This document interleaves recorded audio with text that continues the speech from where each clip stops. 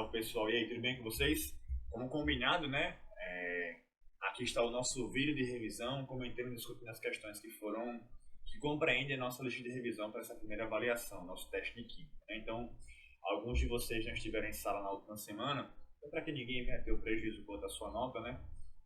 Eu deixo esse material. Se você já fez a lista, revisa e toma como material de apoio. Caso você tenha faltado, tenha tentado fazer e tenha encontrado dificuldades, aqui a gente vai resolver esse seu problema, certo? Então, para que ninguém venha ter prejuízo, todo mundo fique tranquilo e sossegado com essa avaliação, aqui está o nosso vídeo. Então, diante do que foi avaliado em sala de aula, a primeira questão fala o seguinte: relacione corretamente as colunas. Perceba, eu tenho os nomes das transformações físicas que acompanham as mudanças de estado físico, obviamente, e eu tenho que correlacionar uma coluna com a outra. Mas para isso, ó, a gente vai colocar aqui do lado o nome de cada, no caso, já está o nome, mas como se dá a transformação. Ora, a fusão é o processo no qual a matéria sai do estado sólido para o estado líquido. A solidificação, ora, o tornar sólido do líquido para o sólido. A vaporização, o próprio nome já sugere, né? A vaporização, tornar vapor, vai ser do líquido para o gasoso. A liquefação, a gente pode interpretar liquefação e condensação como sendo sinônimos. Ora, a condensação é um processo no qual nós temos a mudança do gasoso para o líquido, certo? Então nós colocamos aqui, ó, gasoso para o líquido. A sublimação, nós temos as mudanças de estado físico entre os extremos. Como assim? Nós temos sólido, líquido e gasoso, e eu tenho do sólido para o gasoso ou do gasoso para o sólido. Do sólido para o gasoso, nós temos a sublimação. E a ressublimação seria o contrário, do gasoso para o sólido, certo? Então, diante disso, pessoal, fica bem mais simples de preencher a nossa coluna. Então, a fusão vai ser o processo do sólido para o líquido, solidificação do líquido para o sólido, enfim. A segunda coluna, vamos correlacionar aqui. Do líquido para o vapor. Ora, do líquido para o vapor vai ser a vaporização, o nosso item 3. Então, eu coloco aqui, ó, item 3. Do gás para o sólido. Ora, do gás para o sólido, está aqui embaixo. É a ressublimação, nosso item 6. Do sólido para o líquido. Ora, do sólido para o líquido é a fusão, é o item 1. Do sólido para gás, o item 5, né? No caso, a sublimação, perdão. E do líquido para o sólido, ora, solidificação, item 2. E o que resta do gás para o líquido seria a liquefação, certo? O item 4. Então, diante disso, primeira pergunta já está resolvida. Vamos na sequência. Essa questão aqui em sala de aula, quando eu comentei, eu deixei a linha aberta, tá? Isso aqui fica para você pesquisar no livro. Se eu não me engano, a partir da página 141 você já tem essas informações, tá? E aí, vamos lá. Para a gente não perder tempo aqui, eu vou digitar, vou aqui afastar o microfone, eu vou digitar os 3 processos e comentar rapidamente sobre eles. Então, dentre a vaporização, nós temos a evaporação, nós temos a ebulição e a calefação. E aí, qual que é a diferença entre esses 3 processos? A temperatura, certo? Por exemplo, no processo de formação, durante o processo de formação da chuva, as águas dos mares, lagos, enfim, dos oceanos, rios, elas evaporam. Se você derrama água no chão, por exemplo, depois de um certo tempo você observa que aquela água começou a ficar menor. Se ficar menor, esse desaparecer entre aspas, ocorre a partir da evaporação da água. Diferentemente da ebulição, que acontece a temperatura constante, a evaporação acontece em qualquer temperatura abaixo da temperatura de ebulição. Então, a 25, a 30, 40, 50, certo? Então, é a passagem lenta, onde a temperatura é inferior à temperatura de ebulição. Já a temperatura de ebulição é a temperatura na qual você consegue observar, por exemplo, no caso da água, a formação de bolhas. Uma panela com água preparando um macarrão, por exemplo. Então, você começa a observar que aquele líquido entra em ebulição, quando você tem a formação de bolhas, certo? E esse processo acontece a uma temperatura constante, nesse caso da água pura, 100 graus Celsius. E a calefação? Ora, se a evaporação a temperatura é menor do que a temperatura de ebulição, a calefação é o processo no qual a água, neste caso, né, tomando como exemplo a água, passa para o estado gasoso a uma temperatura muito superior à temperatura de ebulição. E aí me deram, inclusive, o exemplo da panela quente quando respinga água. Você tem aquele tss. É o processo vigoroso, no qual a temperatura é muito, muito superior e rapidamente aquele líquido passa para o estado de vapor, certo? Caso você queira pesquisar, fica para pesquisa, tá? Ou você pode pausar o vídeo e fazer as anotações que eu acabei de fazer, certo? Essa questão aqui fica para vocês finalizarem. A questão 3 também. Descreva o processo de sublimação. Como eu comentei na questão 1, a sublimação é um processo no qual você tem a passagem do sólido para o gasoso. E aí, claro, ficam exemplos. Eu tinha comentado em sala de aula, por exemplo, aquelas pastilhas de naftalina, certo? Contém uma substância chamada naftaleno e ele sublima, ele sai do sólido para o vapor, sem a necessidade de passar pelo estado líquido, certo? Então fiquem abertos também a questão 3, para que vocês venham a fazer essa busca, essa pesquisa de forma individual, certo?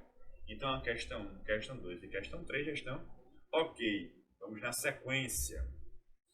Você pode ir pausando o vídeo, fazendo anotações, certo? Vamos lá. Na questão 4, nós temos uma tabela, certo? Nós temos 5 substâncias: pentano, fenol, clorofórmio e cloro. E observe aqui, ó, PF, ponto de fusão, e PE, ponto de ebulição. Densidade, solubilidade, polaridade, ponto de fusão e ponto de ebulição, a gente vai estudar muito nessa segunda etapa depois dos testes, certo? Por hora, ponto de fusão e ponto de ebulição são as temperaturas na qual você tem a mudança do líquido para o gasoso, no caso da ebulição, e do sólido para o líquido na fusão, certo? E nós temos, ó, as temperaturas aqui, todas elas, ó, a pressão de 1 atm, atente-se a isso, tá? Pressão de 1 atm, pressão atmosférica ao nível do mar. Se a pressão mudar, professor, esses valores mudam? A gente já viu em sala de aula que sim. Se for para Bogotá não, se for para La Paz, por exemplo, a pressão atmosférica é menor. Por quê? É uma cidade que está a uma altura muito superior ao nível do mar. Então a pressão atmosférica é diferente, ela é menor, e consequentemente esses valores aí serão todos eles diferentes, certo? Eles serão menores. Menor pressão, menor temperatura de ebulição e de fusão, beleza? Como é que eu vou resolver esse tipo de questão? A primeira coisa é o seguinte: você pode, comentei em sala inclusive, você pode fazer o uso da tabela normal, ou você pode construir uma espécie de linha, onde você vai dispor as temperaturas de fusão e ebulição. Então vamos tomar como referência aqui o pentano. Só detalhe, tá? A questão pede que você determine o estado físico em que se encontram as substâncias nessas condições aqui, ó, 25 graus Celsius e 1 atm.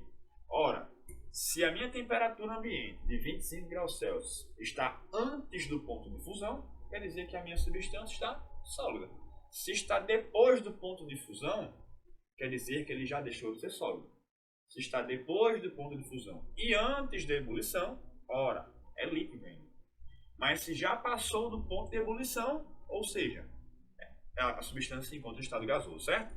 E aí, ó, observe o seguinte: para o pentano aqui, o ponto de fusão dele é de menos 130 e o ponto de ebulição 36. E eu pergunto a você, onde é que está 25 graus Celsius? Ora, está depois 25 graus Celsius. A temperatura de 25 graus, ela é superior a menos 130, obviamente, e inferior a 36,1. Ora, está aqui no meio, entre um e outro. Para ficar fácil de visualizar, a gente pode fazer assim, ó. Traça aqui uma linha reta e coloca aqui, ó, PF, e aqui coloca PE. Ora, a temperatura de fusão é de menos 130 e a de ebulição 36,1. 25 graus Celsius, meu querido e minha querida, está exatamente aqui no meio, ó. Mais ou menos aqui assim, 25 graus Celsius. Ora, está entre o ponto de fusão e o ponto de ebulição.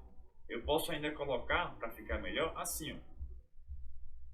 Isso aqui é sólido, isso aqui é líquido e isso aqui é gasoso. Ora, antes do ponto de fusão, sólido.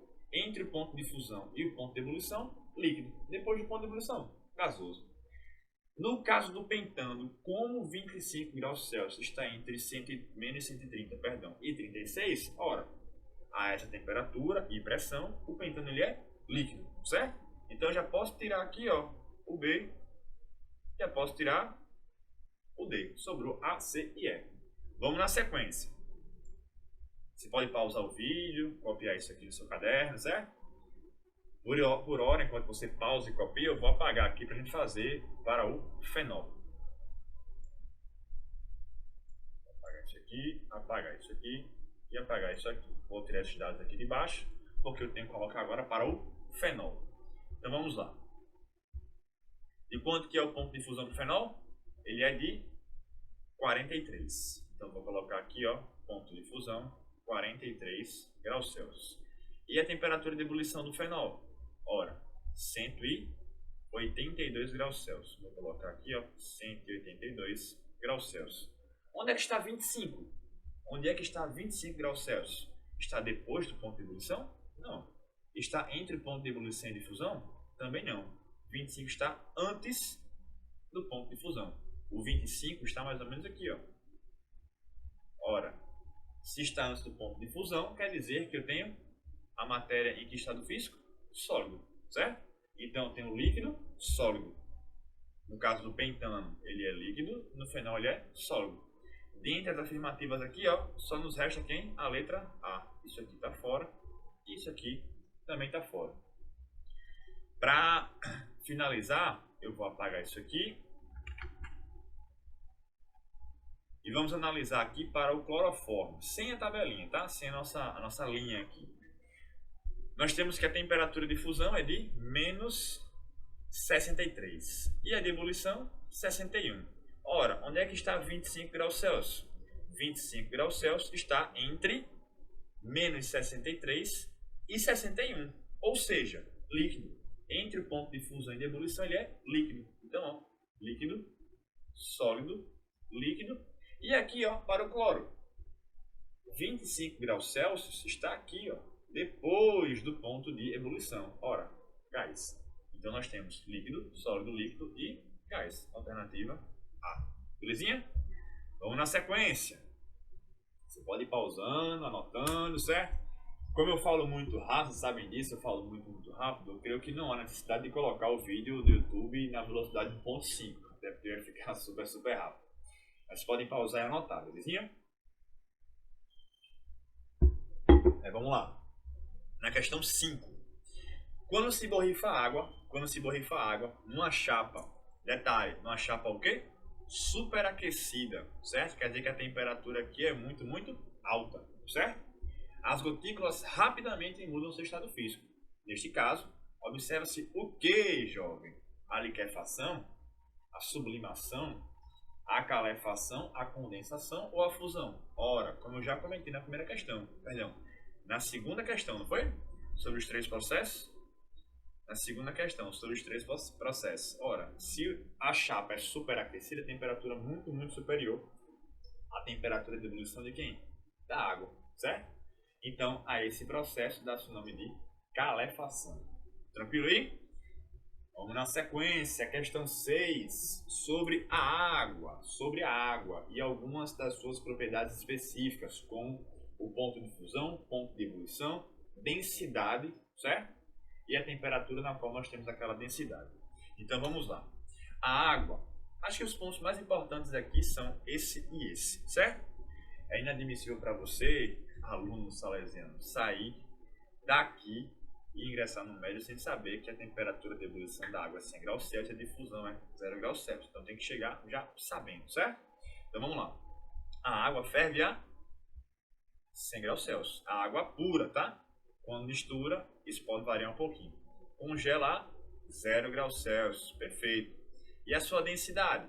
A sua densidade é de 1 grama por ml. Essa parte da densidade, eu comentei, fala que a densidade é a propriedade específica da matéria. As contas que envolvem densidade a gente vai fazer depois, tá? Por hora, a densidade é a relação massa-volume do material que você está estudando. Ou seja, é o tanto de massa que ele ocupa naquele dado volume. E isso aqui, pessoal, só para complementar para vocês, tá? É a 25 graus Celsius. E esses dados aqui, ó, ferve a, congela a, densidade, isso aí são o quê? Propriedades, tá? Propriedades o quê? Gerais ou específicas? E aí? Propriedades, vou botar aqui, gerais. Opa, perdão. específicas, certo? Propriedades específicas. Vou botar aqui, ó, específicas. Eu vou gravar de forma corrida para não ter o trabalho de editar cada um desses pontos, tá? Então, quando sair uma palavrinha errada aqui, eu vou corrigir imediatamente. Por que específicas? Porque essas características pertencem somente a quem? A água pura. Se eu tiver uma outra substância, sei lá, álcool, óleo, enfim, uma liga metálica, cada um desses materiais vai ter o seu ponto de fusão, de ebulição, vai ter a sua densidade, certo? Então é específico, você consegue diferenciar, esse ponto é importante. Você consegue diferenciar as substâncias conhecendo as suas propriedades específicas. Propriedades gerais não servem para diferenciar a matéria. Eu comentei isso em sala várias e várias vezes. Se eu tenho, por exemplo, 2 frascos com conteúdo líquido, certo? E não tem cheiro, e não tem cor, certo? São transparentes. E aí, se eu analiso o volume, ora, se é o mesmo volume, tem como diferenciar o que é que tem e o que é que tem no outro? Não. Se eu pesar, a massa também não quer me dizer nada. Só que eu tenho massa e volume, opa, já posso chegar na densidade. Então, cada substância tem sua densidade. Se eu faço, por exemplo, a curva de aquecimento, eu observo as temperaturas de ebulição e difusão. Ora, as temperaturas de ebulição e difusão são específicas da matéria. Então, conhecendo o ponto de fusão, o ponto de ebulição, a densidade, certo? A solubilidade. Então, conhecendo tudo isso, eu consigo determinar quem que está no pote A, quem está no pote B. Porque são específicas, certo? Cada um tem a sua. Então, vamos lá. Na sequência, a questão 7. O que é uma substância? O que é uma substância? Essa definição a gente pode trazer, a gente pode pegar algo mais simples, tá? Substância vai ser uma porção de matéria, certo? Uma porção de matéria que tem a sua composição, a sua constituição fixa, certo? Então, por exemplo, a água. Você imagina a água é uma porção de matéria que tem sua composição, uma proporção fixa. Como assim, professor? Uma proporção fixa? Eu tenho isso aqui, ó, H2O. Somente a água se for o quê? H2O, certo? E aí, essa questão do o que é substância, você pode pesquisar, não tem nenhum problema, certo? Agora, quanto à sua classificação, ora, em sala de aula, a gente cansou de ver essas classificações. Inclusive, no caderno de vocês, tem essa parte da classificação de substâncias. Ora, elas podem ser de 2 tipos. Eu vou digitar aqui para vocês, tá? Para não ter que ficar escrevendo e perdendo tempo, até porque eu falo muito. Elas podem ser o quê? Simples ou compostas, certo? E qual que é a diferença entre cada uma delas? É que as simples são formadas, e vamos lá, quem se lembra? É que as simples, elas são formadas por um único elemento formador. Não confunda elemento com átomo, tá? Estou falando de elemento formador. Então, nesse caso aqui, ó, se eu tenho, por exemplo, a molécula de oxigênio, certo? A molécula de oxigênio, ó, ela tem como fórmula molecular o quê? O2, certo? Eu tenho como elemento formador quem? O oxigênio. Agora, se eu pergunto para você quantos átomos de oxigênio existem aí? Ora, você tem que olhar para cá, ó. São 2 átomos, tá? Você pode fazer o seguinte. Nesse momento, a gente ainda se permite fazer esse tipo de analogia. Quanto ao elemento, você procura a quantidade de letras, certo? No caso, o símbolo daquele elemento. A quantidade de símbolos que eu tenho ali vai indicar, no caso, a presença de mais de um símbolo vai indicar, obviamente, a presença de mais de um elemento, certo?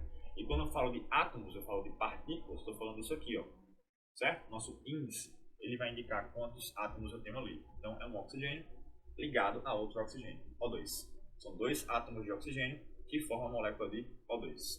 E a composta? A composta é simples, mais de um elemento formador. E aí eu posso pegar como exemplo quem? A nossa água, H2O. Eu tenho 2 elementos formadores, 2 símbolos, ó, H e O, hidrogênio e oxigênio. Quantos átomos, professor? 3, certo? Eu tenho 2 hidrogênios aqui, e apesar de não aparecer nada aqui embaixo, a gente sempre interpreta na química, ó, que aqui tem 1. Então, são 3 átomos que formam uma molécula de água. 2 de hidrogênio e 1 átomo de oxigênio. Quantos elementos? 2. Hidrogênio, oxigênio. Quantos átomos? 3. 2 de hidrogênio e 1 de oxigênio. Belezinha? Isso é com relação à classificação das substâncias. A próxima questão, pessoal, fala sobre alotropia, tá? Alotropia é uma propriedade, certa característica da matéria. E aí eu vou comentar aqui, você vai pausando e vai anotando, tá?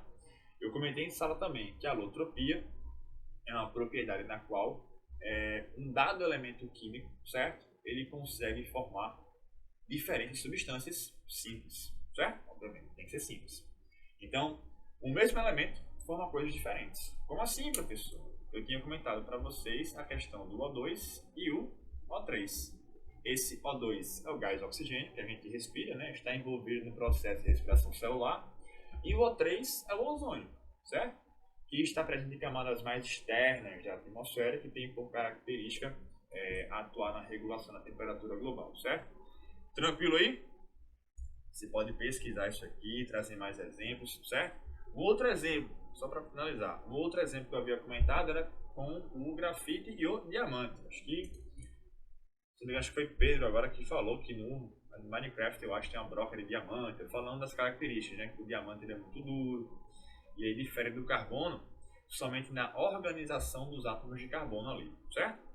Ambos são formados por carbono.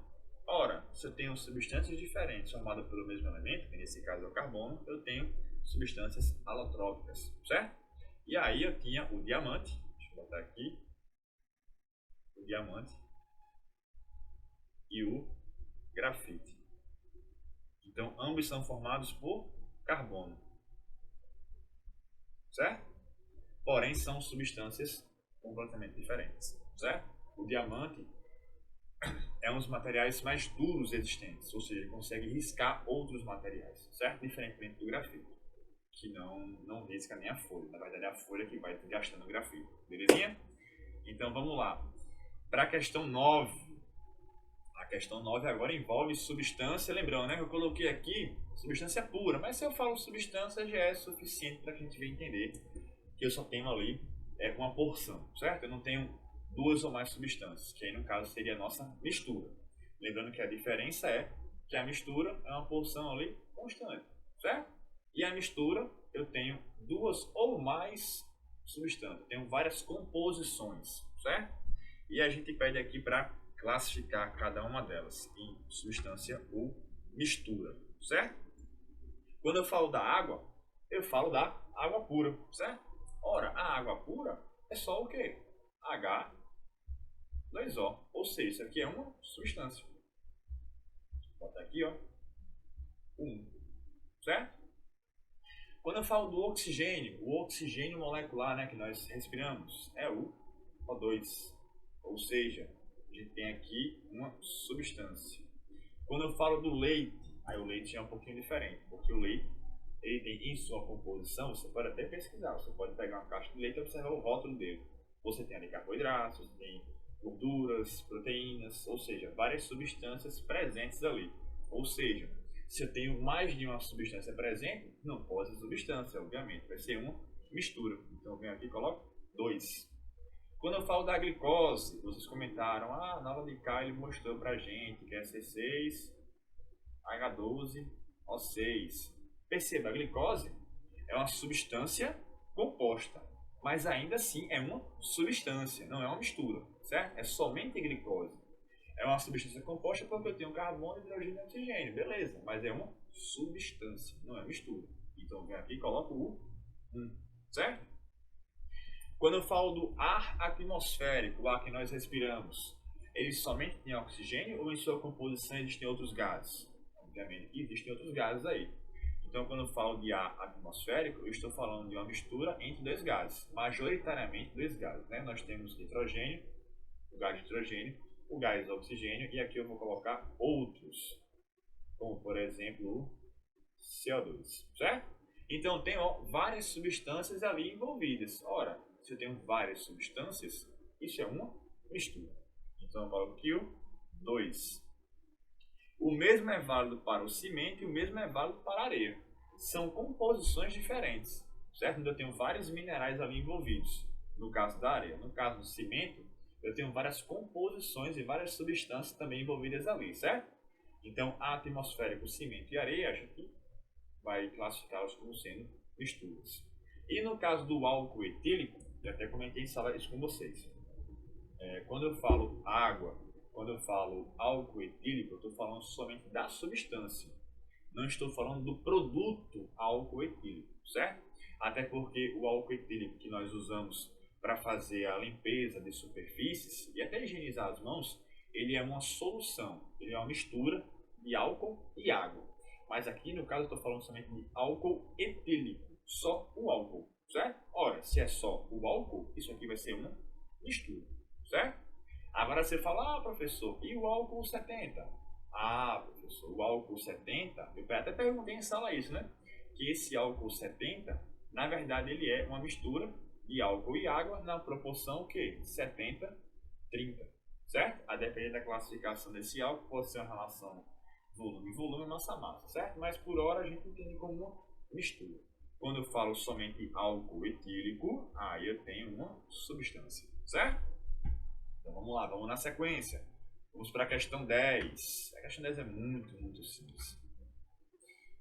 Dados. Nós temos aqui o ar atmosférico, certo? E eu coloco aqui, ó, N2, O2, CO2 e outros. Eu coloco o iodo molecular, I2, gás carbônico, CO2. Eu coloco latão, que é uma liga metálica formada entre cobre e zinco. Eu coloco aqui como exemplo também o ouro 18 quilates, que é formado por diferentes metais: ouro, prata, ouro, AU, prata, AG e níquel, NI, certo? É uma liga metálica formada por 3 tipos de metais. E a pergunta é: quais são as substâncias puras? Ora, a substância pura é aquela na qual eu tenho somente uma porção, somente uma substância. Eu não tenho duas ou mais. Observando aqui os exemplos que foram fornecidos, isso aqui fica claro e evidente, né, pessoal? Pode ser o ar? Claro que não, porque eu tenho o quê? Nitrogênio, oxigênio, CO2 e outros. Agora, no caso do iodo, eu tenho somente I2. No caso do gás carbônico, eu tenho somente o quê? CO2. São substâncias. Quando eu venho para o latão, ora, eu tenho cobre e zinco. Eu tenho duas coisas. Esquece. Quando eu venho para o ouro, eu tenho ouro, prata e níquel. É substância? Não, é mistura, porque eu tenho 3 substâncias. É mistura porque eu tenho 2 ou mais substâncias. Nesse caso aqui eu tenho ouro, prata e níquel. Então, nesse caso aqui, eu tenho como exemplo, né, de substâncias puras, de substâncias, na verdade, somente quem? O iodo e o gás carbônico. O iodo e o gás carbônico. Seria a nossa alternativa E. Tranquilo? Então vamos na sequência. Falando das misturas, isso aqui fica para vocês, tá, pessoal? Isso aqui eu comentei em sala e você pode fazer uma rápida pesquisa para diferenciar as duas coisas. Eu creio que muitos de vocês, acho que todos vocês já sabem qual que é a diferença entre misturas homogêneas e heterogêneas. A mistura homogênea é aquela onde eu tenho apenas uma fase, certo? E a determinação desse apenas uma fase requer uma investigação um pouco mais aprofundada. Não é apenas eu pegar, olhar e dizer, só estou vendo vermelho aqui, então é homogêneo. Não. Por exemplo do sangue, certo? E a mistura heterogênea é aquela onde eu tenho o quê? 2 ou mais fases. Eu consigo ali observar 2 ou mais fases. O exemplo clássico disso é água e óleo, certo? Então, já está respondida a questão 11. A mistura homogênea é apenas uma fase, a mistura heterogênea 2 ou mais fases. E aí, cuidado com o sangue e o leite, certo? E também a gelatina. Eu coloquei para vocês o exemplo da gelatina. E aí, os exemplos de cada um fica a critério de vocês, tá? Pode colocar água e álcool como exemplo de mistura homogênea, certo? Eu comentei com vocês sobre líquidos. Essa parte aqui é interessante. Líquidos, deixa eu colocar assim, não ia errado. São líquidos miscíveis e immiscíveis. Qual que é a diferença entre eles? Que os líquidos miscíveis, eles se misturam, certo? E os líquidos immiscíveis não se misturam. Então aqui, ó, se misturam. Eu acho que vocês têm notado os cadernos de vocês, que eu dei em sala isso. E os immiscíveis, vou colocar aqui de vermelho, eles, aqui, eles não se misturam. Aí você pode até perguntar assim, professor, mas se a mistura é heterogênea, por exemplo, uma mistura heterogênea entre 2 líquidos, ou seja, Se a mistura é heterogênea entre dois líquidos, eles são imiscíveis. E você acabou de dizer que líquidos imissíveis não se misturam. E tipo, é imissível, não se mistura, mas a classificação é de mistura? Como assim? Aí vamos lá. Eu até comentei em sala isso. Na interface, por exemplo, naquela região onde você tem água e óleo, uma pequena quantidade de óleo, uma pequena porção de óleo ainda é solubilizada. É muito, muito pouco, certo? Como a gente não tem a uniformidade entre a água e o óleo, como tem, por exemplo, na água e no álcool, a gente fala que a mistura é heterogênea e os líquidos são imissíveis. Talvez fique mais fácil de vocês entenderem que nos miscíveis você tem aquela uniformidade e nos imissíveis não. A partir da densidade é aquela diferença, um fica em cima, outro fica embaixo. Belezinha? Deu para entender? E aí vamos lá. Os exemplos ficam a critério de cada um de vocês. Na questão 12, vamos lá, está com 36 minutos de vídeo. Na questão 12, para classificar os materiais em substância ou mistura. Se for mistura, em homogênea e heterogênea. Então, o álcool comercial. Ora, o álcool comercial, eu até coloquei aqui, ó, 70 graus GL, ou seja, 70 graus Gay-Lussac, certo? É a classificação para esse tipo de produto. Se eu tenho aqui essa classificação 70 graus, é indicando que eu tenho uma proporção 70-30 de álcool e água. Ora, se eu tenho álcool e água, isso aqui vai ser uma mistura, certo? E é uma mistura, o quê? Homogênea ou heterogênea? Uma mistura homogênea, certo? Quando eu venho para o chumbo metálico, somente chumbo. Ora, se é somente chumbo, isso aqui vai ser uma substância. Vou botar aqui, ó, substância. A madeira. Ora, a madeira, dependendo do tipo de madeira, tem composições diferentes, madeiras diferentes, composições, propriedades, características diferentes, aplicações diferentes, certo? Então a madeira vai ser uma mistura. E uma mistura o quê? Heterogênea, certo? Eu consigo ali observar, inclusive até alguns de vocês comentaram, né? Ah, quando uma árvore é cortada, a gente consegue observar ali no próprio tronco, na madeira, vários pigmentos diferentes, cores diferentes, porque nós temos composições químicas diferentes. Então nós temos ali uma mistura heterogênea. Quando eu falo de água mineral sem gás, água mineral, professor, mas a água não é uma substância? A água pura sim. A água do mar, água mineral, água potável, enfim, são exemplos de misturas. A água mineral, se você pega o rótulo da água e observa, tem lá a composição, tem sais minerais, carbonatos, sulfatos, enfim, uma série de coisas. Então isso aí já indicando que isso aqui é uma mistura, o quê? Aqui é uma mistura homogênea. E por fim o barro. Ora, o barro, assim como a areia, vai ser uma mistura heterogênea. Porque nós temos ali uma composição mineral, nós temos partículas diferentes, enfim, uma série de coisas que nos apontam para determinar essa substância, no caso, perdão, esse produto, né, no caso o barro, como uma mistura heterogênea, certo? Tranquilo? A questão 13, todos vocês já sabem o que é que significa, né? Ponto de fusão e ponto de ebulição. Isso aqui eu não vou perder tempo. A única coisa que eu quero comentar com vocês aqui é que a pressão atmosférica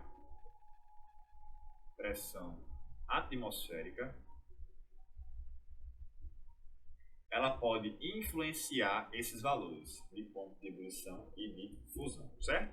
Então, fica a dica aí para vocês sobre os impactos, sobre os efeitos das diferentes pressões atmosféricas ao nível do mar e em regiões, em cidades, por exemplo, que estão a um certo nível do mar, certo? A questão 14, meus jovens, isso daqui eu já cansei de falar em sala de aula, com relação à curva de aquecimento. Esse gráfico aqui é para ele estar um pouquinho mais organizado, tá? Mas eu vou colocar aqui as informações que vocês precisam ter. Nesse gráfico aqui, nós temos, nesse eixo, na verdade, nós temos a temperatura. E aqui embaixo nós temos o tempo, certo? No eixo X nós temos o tempo. E observem o seguinte. A substância, ela começa em um ponto aqui embaixo. Em um ponto aqui embaixo, certo? E aí o tempo vai passando, ó, o tempo vai passando para cá. Deixa eu botar uma setinha aqui. O tempo vai passando e a temperatura vai o quê? Vai aumentando. Ou seja, eu estou aquecendo essa substância. Até que ela chega num dado ponto em que a temperatura ela se mantém constante aqui, ó. Ela se mantém constante. E aí lembre-se que em uma curva de aquecimento, caso exista alguma região constante, essa região está indicando que nós temos uma mudança de estado quê? Físico, certo? E nesse caso aqui, como nós não temos a temperatura nem nada, a gente pode afirmar, somente afirmar, que essa região que eu vou chamar de região 1 e essa outra região aqui, ó, que eu vou chamar de região 2, elas estão indicando o quê? Uma mudança de estado físico. Perceba que para chegar do 1, para sair do 1 até chegar ao 2, nós temos que ter o quê?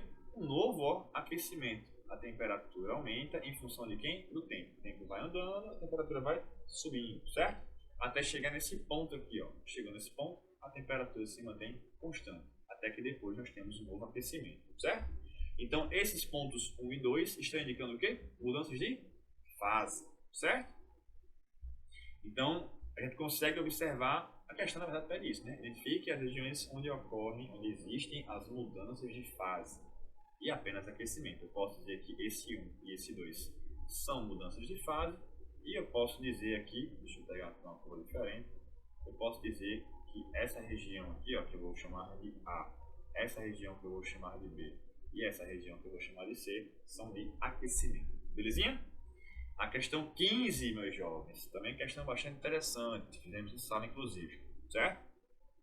Nós temos mais uma curva de aquecimento de uma substância desconhecida, ó, desconhecida, certo? Mas que inicialmente se encontra em que estado? Sólido, certo? E nós temos aqui a nossa curva de aquecimento.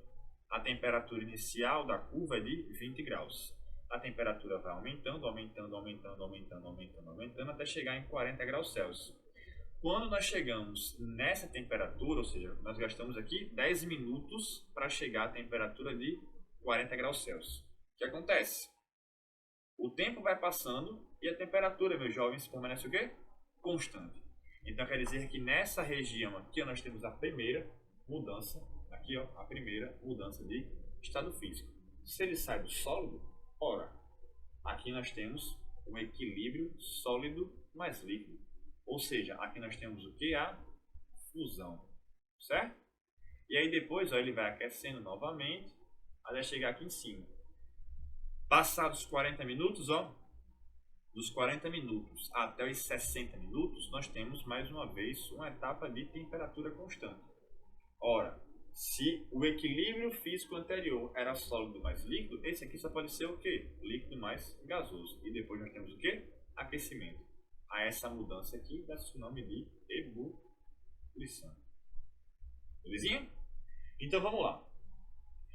O item A. Quanto tempo dura a ebulição? Ora, para determinar quanto tempo dura a ebulição, eu tenho que observar. A ebulição está acontecendo aonde? Aqui, ó. Daqui até aqui, ó. E aí, ó, toda essa região aqui, ó, é a região... Opa, perdão. Volta. Esse é o item B, tá? A fusão. A fusão, ó, está compreendida, ó, nessa região aqui, ó. Quanto tempo dura isso, professor? É só você olhar para o eixo X, esse eixo horizontal. Ele está me dizendo o quê? Que a temperatura, o equilíbrio se inicia a um tempo de 10 minutos e finaliza a um tempo de 30. Ou seja, quanto tempo durou a fusão? Durou 20 minutos. E a ebulição, professor? Ela está acontecendo onde? Aqui, não é? Então, ó, eu olho aqui embaixo, no eixo. Opa, começou com 40 minutos e terminou com quanto? 60, porque é toda essa região aqui, ó. Certo? Ou seja, durou quanto tempo? 20 minutos. Certo? O item C. Qual que é o ponto de fusão? Ora, o ponto de fusão é a temperatura na qual nós temos a primeira estabilização aqui, ó. Certo? Que temperatura é essa? 40, ó. Certo? Aqui, ó. 40. Vou botar aqui. 40 o quê? Graus Celsius. E a ebulição? Tá aqui, ó. onde permanece constante, certo? Que temperatura é essa? 70 graus Celsius. E para finalizar o item é, qual o estado físico na temperatura de 30 graus Celsius? Para isso, eu vou apagar isso aqui, para não deixar visualmente poluído. E para determinar qual que é o estado físico a temperatura de 30 graus Celsius, eu tenho que olhar no gráfico onde é que está 30 graus Celsius. Ora, 30 graus Celsius está aqui, ó, 30 graus Celsius. E aí, ó, eu venho para cá e olha aqui, ó, é esse ponto aqui, ó. Nesse ponto aqui, lembra, né, que eu tinha falado que isso aqui era a fusão e aqui em cima era a ebulição. Então, nesse ponto aqui, 30, nós estamos antes do ponto de fusão. Se eu estou antes do ponto de fusão, o estado físico aqui é o sólido. Belezinha? Tranquilo? Então, vamos lá.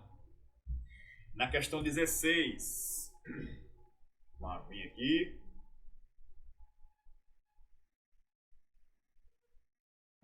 Na questão 16, constitui um sistema heterogêneo. Sistema heterogêneo, ou seja, que eu tenho duas ou mais fases, certo? Vamos lá. Gases N2 e CO2, uma mistura de gases. Ora, se é uma mistura gasosa, eu não consigo diferenciar os gases. Então, esse aqui é uma mistura o quê? Homogênea. No item B, eu tenho cubos de gelo, ok? Água, ok. Até aí nós não temos uma mistura, certo? Nós temos um equilíbrio entre gelo e água. Só que aí é adicionado o quê? Óleo diesel. O óleo diesel, os óleos de maneira geral, o óleo de cozinha, o azeite, o óleo diesel, enfim, eles têm uma baixa afinidade com a água, certo? Então, se eu tenho óleo e água, eu certamente vou ter duas fases, certo? Então, nesse caso aqui, o nosso sistema heterogêneo é o item B, certo? Cubo de gelo, água e óleo diesel. Água e álcool, já vimos que é uma mistura homogênea, são líquidos miscíveis. Água e sal dissolvido. Olha, se o sal está dissolvido, eu não consigo visualizar o sal. Mesma coisa para água e açúcar dissolvido. Tanto no item D quanto no item E, nós temos soluções. O tamanho de partícula é muito, muito pequeno. Não enxergamos nem olho nu, nem com microscópio e nem fazendo uma centrifugação. Certo? Questão 17.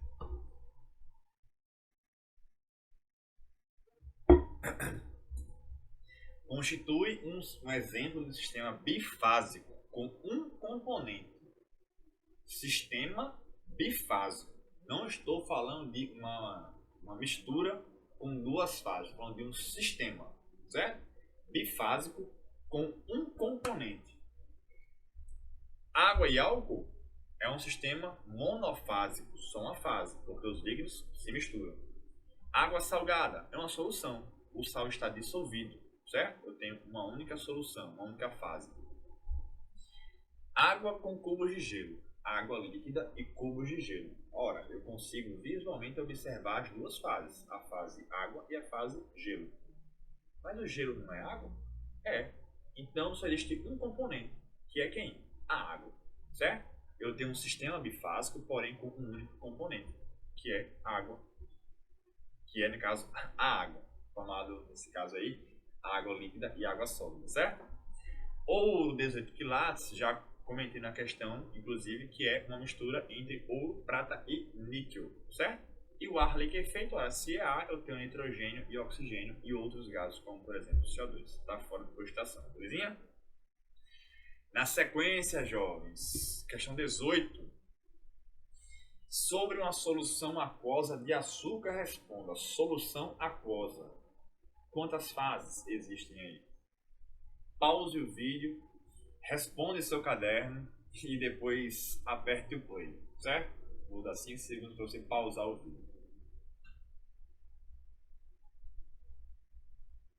Pausou? Vamos lá. Quantas fases existem aí? Apenas uma. Por quê? Porque é uma solução. Quando é uma solução, eu não consigo diferenciar o que está dissolvido na solução. Eu tenho um soluto, que nesse caso é o açúcar, e eu tenho um solvente. E o soluto é dissolvido, solubilizado na solução, certo? No caso de solutos sólidos, eles são dissolvidos. No caso de solutos líquidos, eles são solubilizados, certo? E aí nós temos o quê? Quantas fases? Apenas uma. Vou botar aqui, ó, uma fase. E sem querer, eu já respondi o item B e C.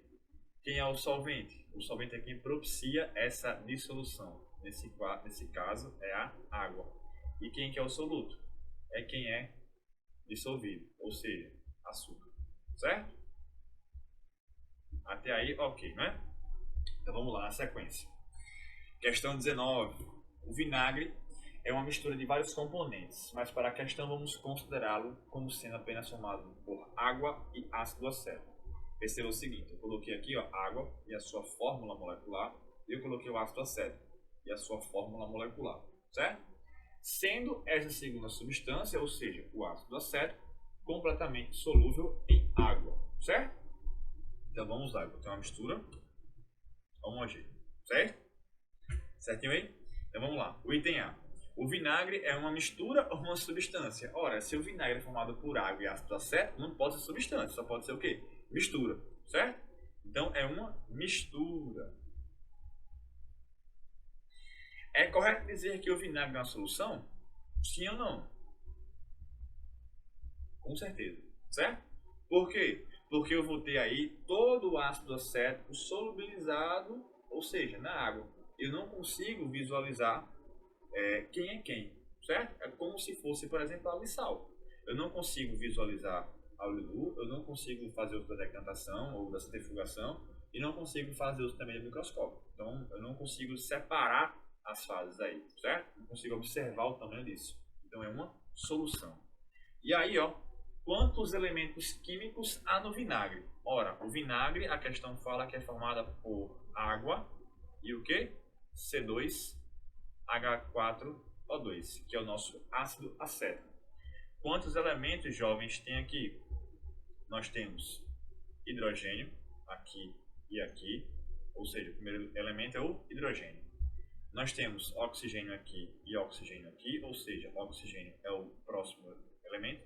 E por fim nós temos quem? O carbono, ou seja, quantos elementos químicos há no vinagre? Se eu assumo que ele é formado só por água e ácido acético, 3. Hidrogênio, oxigênio e carbono. Tranquilo? A questão 20, jovens. Vamos lá. A vitamina C é representada por C6H8O6. Isso é a fórmula molecular. É a fórmula da molécula, certo? E aí, já respondendo o item A. Essa representação é um símbolo ou uma fórmula química? Obviamente é uma fórmula química que expressa os elementos que compõem essa molécula, bem como as quantidades de átomos envolvidos presentes na molécula. Se é C6H8O6, eu tenho 3 elementos, carbono, hidrogênio e oxigênio, e eu tenho 6 mais 8, 14, mais 6, 20. 20 o quê? Átomos, certo? São 3 elementos. São 3 elementos, ou seja, carbono, vamos lá, carbono, hidrogênio e oxigênio. Quantos átomos? Um, outro e outro. 6 mais 8 mais 6. Isso aqui vai ser igual a 20. 20 átomos por molécula. Tranquilo? O item B, né? Quantos elementos fazem parte? Ora, 3 elementos. Certinho? Então vamos lá, jovem, na questão 21 agora. Questão 21.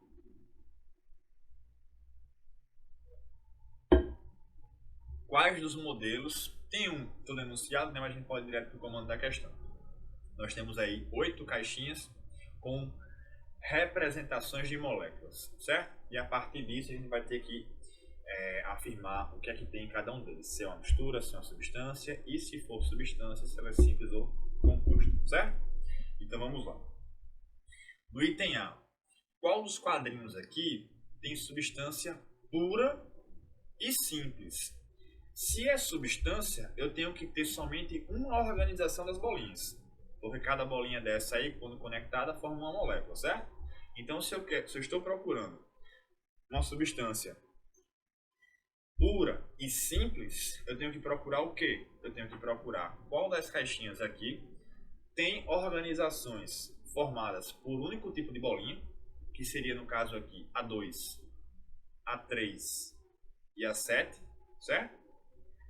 E nesse caso, Só recapitulando, tem que ser pura e simples, ou seja, uma organização que eu tenha uma caixinha onde eu tenha as mesmas organizações de bolinhas, certo? E que essas bolinhas sejam do mesmo tipo. Porque não é simples? Então tenho que ter o mesmo elemento. Não posso ter bolinhas diferentes, porque bolinhas diferentes implica em elementos diferentes, certo? Então nesse caso aqui, A1 é substância? É, mas ela é o quê? É simples ou composta? Composta, porque eu tenho bolinhas verdes e bolinhas brancas. Na 2, é substância? É. É simples ou composta? Nesse caso ela é simples, porque eu tenho o mesmo tipo de bolinha. Bem como a 3, certo? Quando eu venho para 4, isso aqui é uma mistura ou substância? Ora, é uma substância, porque são moléculas com a mesma organização, certo? Uma bolinha cinza, desse cinza mais escuro, no meio, cercado por 4 outras bolinhas menores, tanto essa quanto essa. Então isso é uma substância? Sim, mas é composta. Quando eu venho para 5, e para 6, e para 7, e para 8, aí já fica bem na cara, né? Uma mistura, porque eu tenho organizações de bolinhas diferentes, aqui também, certo? Porque aqui, ó, tanto essa quanto essa são duas bolinhas vermelhas, e aqui são 3. Quando eu venho para 8, a mesma situação, certo? E aí no item A, pura e simples. Ora, pura e simples eu vou ter aonde? Na 2 e na 3, certo? Quando eu tenho pura e composta, ora, eu tenho que ter as mesmas organizações, porém com bolinhas diferentes. Seria o caso do 1, onde eu tenho os 4 arranjos aqui são idênticos, mas é uma bolinha verde e uma bolinha cinza, ou seja, são substâncias compostas, certo? O 1, o 4 e apenas, porque os demais, todos eles são misturas. Então fica 1 e 4, e mistura fica o resto, né? Fica o 5, fica o 6, o 7 e o 8. Tranquilo? Na questão 23, jovens, a questão 22. A questão 22 segue o mesmo raciocínio daquela questão inicial da lista, certo? Eu tenho substâncias diferentes, tenho a temperatura de fusão, temperatura de ebulição, certo? E aí como é que eu vou saber o estado físico daquela substância, certo? Ora, eu tenho que analisar a temperatura que eu estou analisando. Ela está aonde? Antes do ponto de fusão? Depois do ponto de fusão? Antes da ebulição? Depois da ebulição? Certo? Essa organização dessa tabelinha aqui está mais de boa. Por que está mais de boa? Porque eu tenho fusão e ebulição. Eu vou ver onde é que está a temperatura em questão. Se está antes, no meio ou depois. Certo? Vamos lá. Afirmativa 1. Afirmativa A, perdão. A substância 1 é sólido a 30 graus Celsius. A substância 1 está aqui, certo? Temperatura de fusão, temperatura de ebulição. Onde é que está o 30? Está antes de menos 218, está no meio entre menos 218 e menos 183, ou está depois? Obviamente está o quê? Depois. Ora, se está depois, quer dizer que isso aqui é um gás, certo? Então nesse caso aqui nós temos um gás. No item B, é sólido a 100 graus Celsius. É o mesmo esquema, ó. 100 graus Celsius aqui, ó, está depois da temperatura de ebulição. Ora, se o 100 graus Celsius está depois da temperatura de ebulição, mais uma vez, isso aqui é um gás. O item C, 3, é sólido a 25 graus Celsius. Opa. Vamos analisar. De quanto é a temperatura de fusão aqui, jovem? 41, né? 25 graus Celsius está depois de 41 ou está antes? Está antes. Está aqui, ó, 25 graus Celsius. E só para vocês não terem nenhuma dúvida, se eu tenho antes, aqui eu tenho sólido, aqui eu tenho líquido e aqui eu tenho o quê? Gasoso, certo? Só para não confundir. E deixa eu voltar para cá e vamos lá. 25 graus Celsius está antes da temperatura de fusão. Ou seja, jovem, isso aqui é um sólido, certo? Mas vamos fazer o resto. Afirmativa D, 4 é sólido a 480 graus Celsius. A4 é sólido a 480. Essa tabela aqui tem duas questões corretas. 480 graus Celsius. Tá aqui, certo? Está bem antes da temperatura de fusão, certo? Tanto o 3, tanto a afirmativa 3, os 25 graus Celsius que estão aqui antes, como a 4, onde 480 está antes, certo? Indicam que tanto a substância 3 quanto a substância 4 são sólidas, certo? Eu já explico o porquê. E na afirmativa, no item E, 5 é gasoso a 2.400 graus Celsius. Ora, 2.400 graus Celsius. Chega! 2.400 graus Celsius está aqui, ó, entre a temperatura de fusão e a de ebulição. Então não é gasoso. Ele é o quê? É líquido, certo? E aí você pode estar se perguntando, professor, mas tem duas corretas? Porque provavelmente, pessoal, quando eu vim transportar esses dados aqui da questão para montar o arquivo Word, para depois salvar em PDF, certamente, eu comi um zero aqui, certamente. Mas diante do que nós temos aqui, a gente vai fazer analisando como se fosse um verdadeiro ou falso, certo? Então aqui seria falso, falso, verdadeiro, verdadeiro e falso. Tranquilo? Vamos lá para a questão 23. A questão 23 ela é bastante interessante porque nós temos uma ilustração que mostra os diferentes processos de mudança de estado físico que acontecem no nosso ambiente, certo? E aí, tá, o comando da questão aqui ele foi comido, certo? Mas o interessante aqui seria descrever os processos. 1, 2, 3, certo? O 4 também.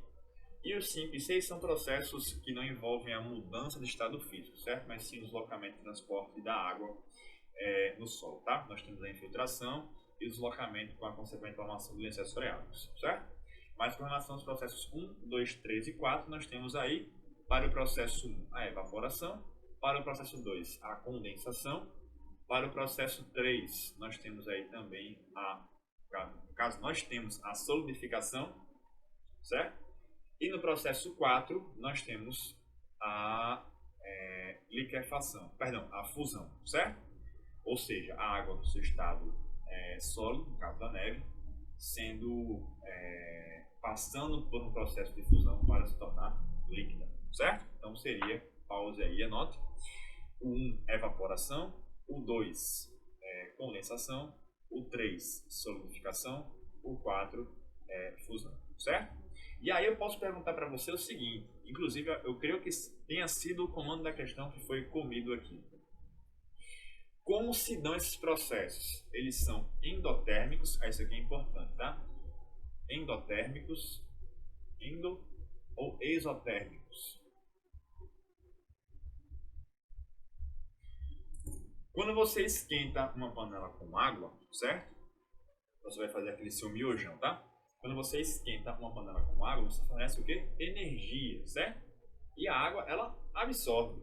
Então, quando a água sai do seu estado líquido para o seu estado gasoso, nós temos o processo o quê? Endotérmico. Aquela amostra de água, aquela massa de água absorve energia, certo? Ora, se do líquido para o gasoso ocorre a absorção de energia, o processo é endotérmico. O processo contrário, por consequência, ou seja, do gasoso para o líquido, ele é exotérmico. Energia sai da amostra de água no estado gasoso, certo? Energia sai, certo? E aí nós temos a mudança de estado físico do gasoso para o líquido, ou seja, o processo ele é exotérmico. Eu fiz essa aula, inclusive está no grupo do WhatsApp de vocês, que eu vi que eu pedi para alguns tirarem foto e tiraram foto e colocaram no grupo.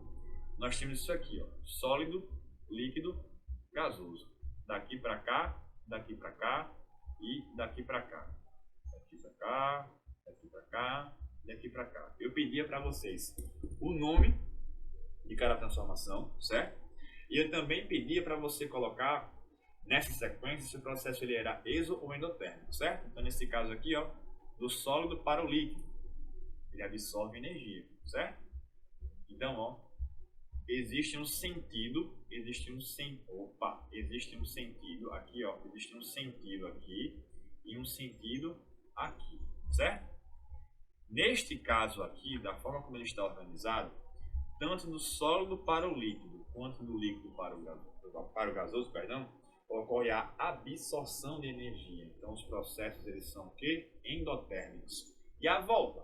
Ora, é o contrário, ocorre liberação de energia. Então, os processos aqui eles são o quê? Exotérmicos. Tranquilo? Lembre-se disso, tá? Isso aqui é bastante interessante e importante. E para finalizar, pessoal, a questão 24 fala assim, ó, um sistema formado por água, açúcar dissolvido, álcool comum, limalha de ferro e carvão apresenta. Ora, eu tenho água, açúcar dissolvido. Aqui eu tenho dois componentes, mas apenas uma fase. E aí eu coloquei o que? Álcool. O álcool também se mistura com a água. Então tudo isso aqui, ó, agora compreende ainda o que? Uma fase. E eu coloco limalha de ferro e coloco carvão. Ora, nem a limalha, aquela raspa de ferro, se mistura com a solução aquosa, de água, açúcar e álcool. E o carvão, que também é adicionado, não se mistura com ferro e também não se mistura com a solução aquosa. Então nós temos o que? 3 fases. O sistema aqui ele é trifásico, certo? Então tudo isso aqui constitui um sistema o quê? Trifásico, certo? Ou seja, 3 fases. Belezinha, pessoal? Então é isso. Qualquer dúvida, vocês podem estar mandando mensagem no Class, certo? Vou estar atento esse final de semana. E é isso, pessoal. O vídeo ficou muito longo, mas claro, foi questão por questão, certo? Então, revisem, estudem, certo? Que vai dar tudo certo. Então, é nóis e até. Valeu, sucesso!